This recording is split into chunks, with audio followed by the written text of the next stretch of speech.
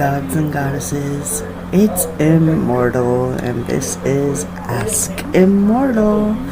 And today we have a letter from DoubleBooked Distress. He writes, I just turned 21 this morning after celebrating early yesterday, so my memory is slightly hazy, because I stayed up late in anticipation, but fell asleep and woke up sometime early afternoon. I say this because today being my birthday, I had apparently forgotten all about agreeing to help my mom help her friend move. On the other hand, my dad called me wanting to celebrate with me at a bar.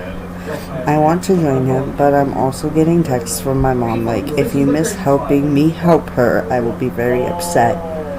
I don't know what to do because I want to enjoy my 21st birthday, but I also don't want to be seen by my mom as someone who would go back on their word and thus incur the attempts at guilt tripping, as if I really needed that from her.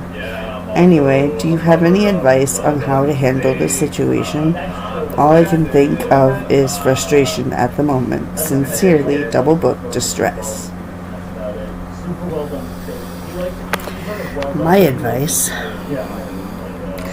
to Mr. DoubleBooked Distress would be that, unfortunately, although it may be your 21st birthday,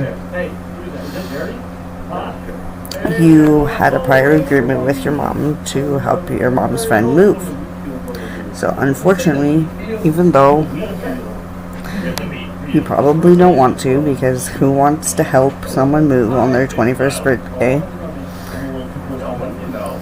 I think that you should honor the commitment you made with your mom and maybe ask your dad if he'd be willing to meet up afterwards and still go out with you. Because, to be honest with you, let's be honest, most 21-year-olds want to drink. So, like, if you're going out to a bar, then they should be open pretty late anyway. So I don't see why you couldn't go out after with your dad and still honor your commitment you made with your mom.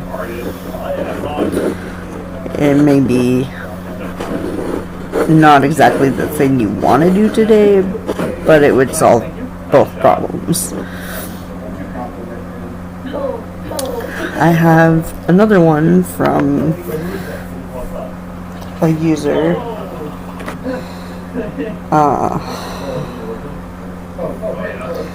PCOSPrincess, and she wrote, let's see, gotta find it. Oh, let me look in one other place, because I know I wrote it down somewhere. Hang on.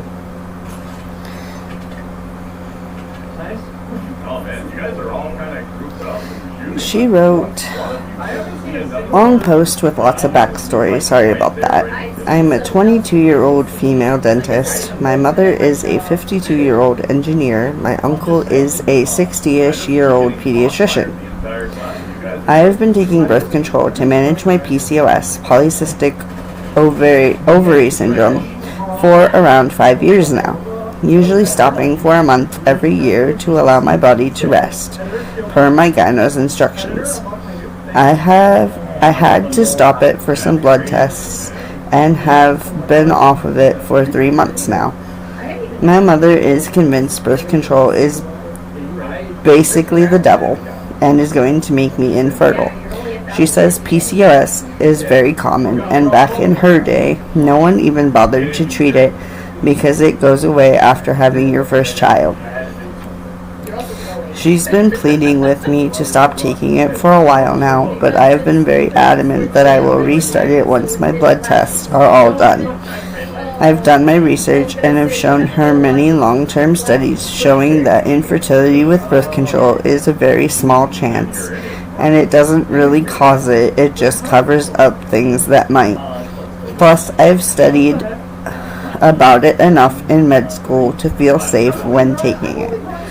Yesterday, things took a turn for the worse. She had an intervention set up with my uncle and my father, and she admitted to having discussed this with them behind my back, and my uncle shares her view that hormone therapy equals risk of infertility.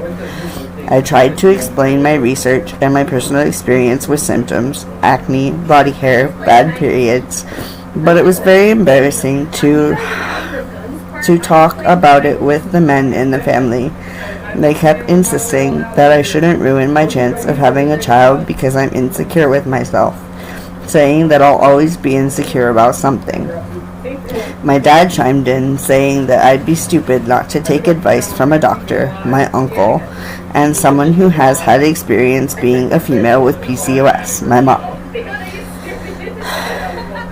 Here's where I might have been an asshole. I literally just got up and left, which in our culture is a very rude thing to do with elders or guests, my uncle, around especially. I've also been talking to them very coldly and only when I have to. I was on the verge of tears and didn't want them to notice, and I'm still quite upset. My sister says that I was the a-hole, and I should have just listened to them, but resumed taking my birth control without them noticing. And thinking back now, I think that might have been the right thing to do, or maybe just suck it up and stop taking it until I move out next year. I don't know. Okay. PCOS Princess. Look. Your family may have their opinions, and they're allowed to have their opinions. However, they are not allowed to tell you what to do with your own body. And you've been taking it for 5 years now, and it sounds like it's working for you and doing what you need it to do. So, if you feel comfortable taking it, I wouldn't worry about their opinions, even if they are overbearing and causing you a lot of emotional distress. Like, I would continue doing what you're doing and not even worry about it, to be honest with you. They really can't stop you from taking it. And if they try to stop you from taking it, that's, well, wrong. Very wrong. And my video stopped recording. So as I was saying,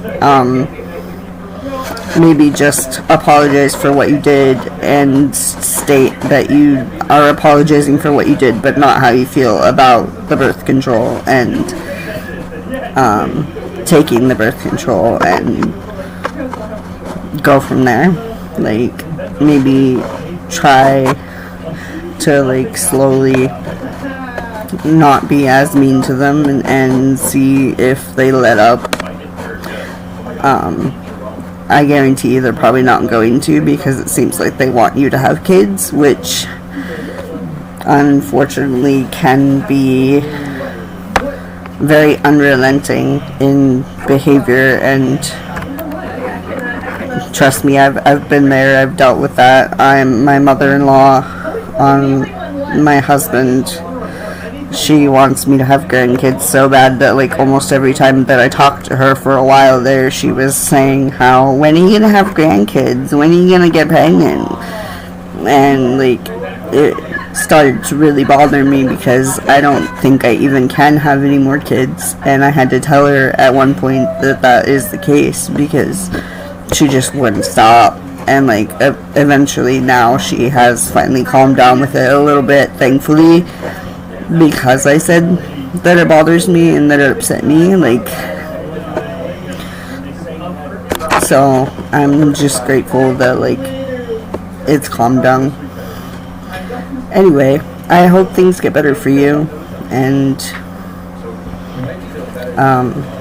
that you're able to, like, get things settled with them so that you don't have to constantly be dealing with this. Good luck, PCOS Princess. Much love. Alright, everybody. I'm gonna end the video here because we're already at over 10 minutes, but I want to say that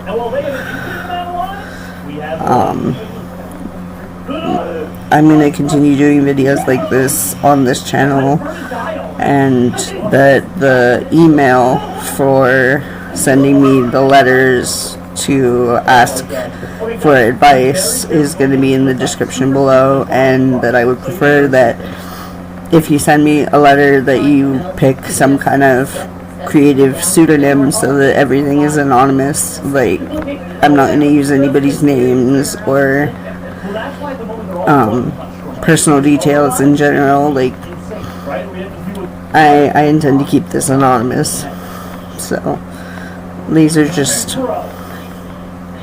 my opinions and like my advice on what to do in the situation, and just a fun little like story time kind of thing that I would enjoy doing. So alright guys, I'll see you later. Bye.